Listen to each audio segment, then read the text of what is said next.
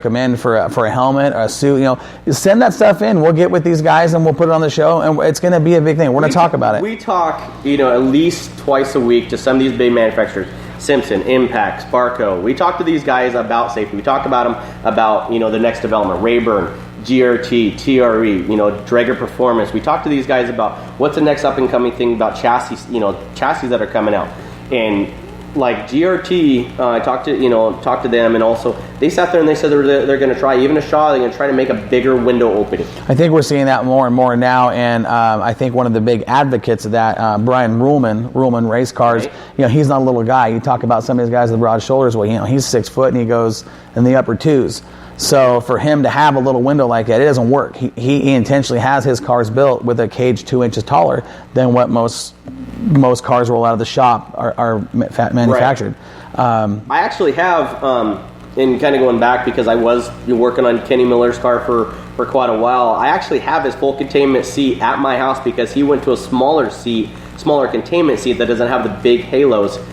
Because he is a bigger, broader guy, right. That when he got hit in the door here a couple of years ago, he could not get out of the car. Mm-hmm. Couldn't get out of the car at all. If that car was on fire, if that car, anything or whatever, if that car would have been not just sitting there, he couldn't get out. He couldn't get out of the window opening. He had to take his helmet off, had to take his glove off. He had to shimmy himself out of that car. And with my help in the pits trying to get him out of the car, it probably took about a minute and a half. But that's without a helmet, that's without his gloves, that's pushing. Well, and another thing that we're seeing, it's been a trend that we've watched over the last, I'll say even the last 8 years, and it really started with the late models, and it was really transferred over to the modifieds now, is we're seeing these drivers in cockpits that are getting smaller and smaller. I know you want the aero, I know you want the downforce, you're trying to maximize that, but you got to be smart about how you put those cockpits together, because we're seeing cockpits now that are so tight, it's actually... I would call it a deterrent when it comes to a situation like you're talking about, being upside down or being on fire, or being hit in the doors and you can't get out of the car. Right. I think guys are going to start looking at hey mate, what do I got to do to make this car a little safer? Being fast is one thing, being safe is another, and the cockpits that we're seeing are just so tight anymore. It's almost when you get in them, the way they're designed now, it's almost kind of like you're in a cockpit of the boats, the drag boats, or it's a cocoon. It really is. You're cocooning yourself in these cars, and mind you, these guys are looking for a tenth of a second here. They're not looking for half a second or a second. With these things, and you can make aero out of these cars.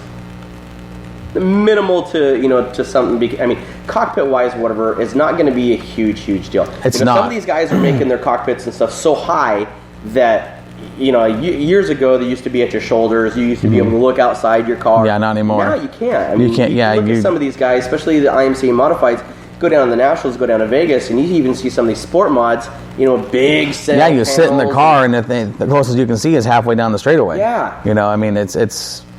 Vision is limited. I understand. We want to go fast. We want downforce, all that good stuff. But we've got to be smart how we do it. But right. That's going to be a good show. That's just a small little tidbit of what we're going to talk about. We're going to spend a couple hours talking about no race results. It'll be a show dedicated to safety. Safety show, and that's the thing too, is that we want to make sure that we hit all the details, but we want to make sure that we are 100% correct on everything that we give you. Again, we have day jobs.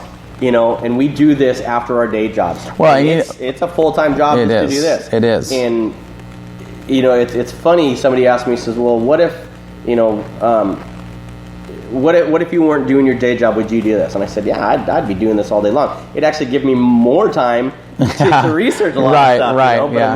But this is something that we love to do. This is something that we love to bring back to the race fans because, again, if we don't have the answer for you, we'll make sure we find the answer for you. Right. Again, you can call us at 503-991-2838. That's our Moxie phone line. It's on right now. We've got a bunch of messages and stuff already on safety just on our Moxie 2016. And that all goes back to, going back to discount race car parts and their sale they're having this month. At cost, that's what a gesture to the racing community by those guys. That is cool. So you guys would really appreciate that. That's not something you see every day from just a competitor. That and that's the thing too. So just to kind of recap and stuff on Sunset. What an outstanding week that we have coming up. This is crazy. All right, so we were rained out the first opener. So we decided, well, Mother Nature decided that, hey, let's have the 30th anniversary on the 30th. Well, now, ladies and gentlemen, this is the cool part, is that this weekend, May 7th, is Bud Light Lime-A-Rama Ladies Night. All ladies 18 and older will get into the races for $5. If you don't got $5, you better hit up your girlfriend, because I'll tell you what, this is going to be an exciting race. Reason why is not only do we have the Budweiser IMCA Modifieds coming out, and I'm hearing everybody's coming. Everybody loves the bull ring. Johnny Lightning Campos, or Lightning, he's coming up. We have the Sport Mods back. Michael Melton told me, he says, I'm going to sit there and regain more on my points lead. But the cool part about it is Chris Frisbee's going to be there. He's been running, down south for a little bit or whatever. Yeah. And he sat there and he says, I'm going to come up there and I'm going to give you guys a huge challenge.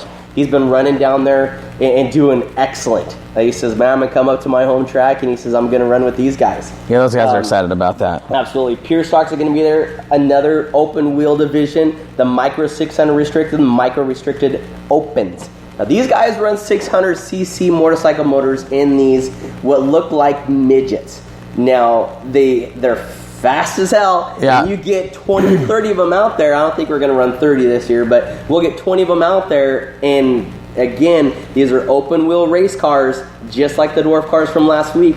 You get wheel to wheel, and somebody climbs up on each other. There could be some excitement. Right. The thing I like about those micros right now, that the era that we're in with that division, is you're seeing a lot of the future stars that are coming out of the cage karts, making the transition into the micros before they go into the sprint cars. You're seeing drivers like Casey Starr, one of the upcoming female stars. Yep. She's in there. I know Jake Tupper went from the micros. Now he's in the dwarf car. We'll see him in the 29T at Sunset quite a bit. You got a lot of young up and coming stars in that micro division, so that'll be something fun to watch as those kids advance, and who knows, maybe you'll see them like Little Miss Barney in the sprint cars. Man, well, McKaylee Massey, she's an up and comer. Yeah, they're talking about getting her in a sprint pretty soon. And talk to her dad and stuff. I didn't get a chance at the end of the season for Salem, but she's on Facebook all the time.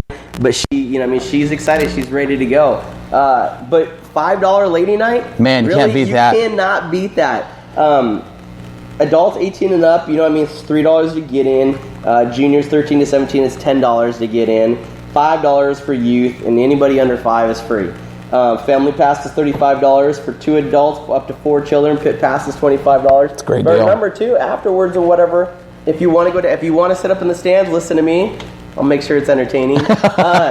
Make sure last week I ran down to turn 3 to give a shirt away, and that was entertaining enough. That's not fun. It was awesome. So speaking of ladies' night, good segue here. We're doing the same thing this weekend at Willamette. Nice. It's a great way to get the ladies out to come check out and race and see what it's all about. Right? Because look at the Northwest right now. Look how many female drivers we have that aren't just filling in the seat.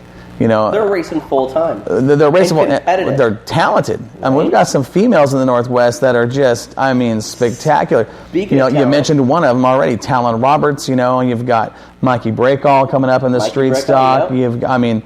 We talked about some of the younger kids just a couple minutes ago. You've got some very, very fast ladies behind the wheels of these race cars now. But Talon Roberts? That's Kevin Roberts' daughter.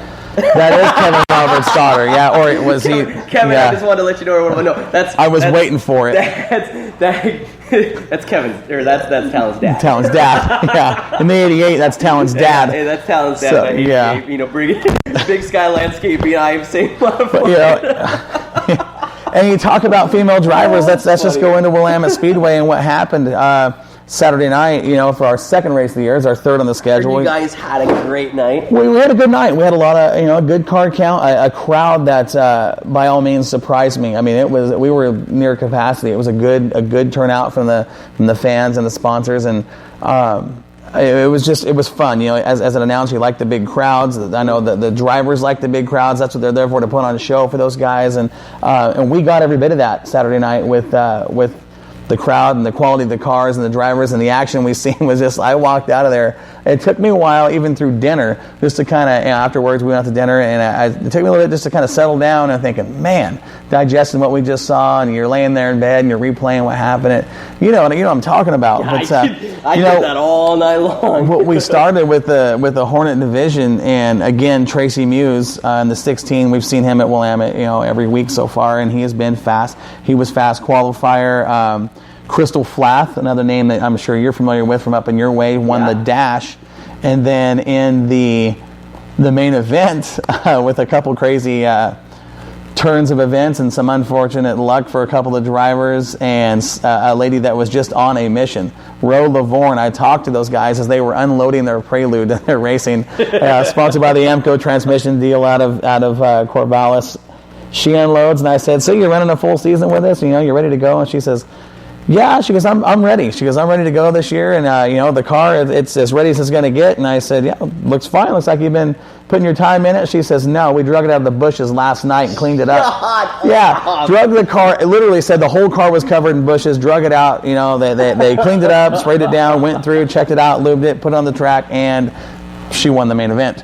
So yeah, Awesome. It was a neat storyline to watch play out. I kind of talked to the crowd about that. So Ro, we've seen her at Willamette before. When the mini trucks were there, and she's not a rookie by any means, and she is has no idea what brakes are.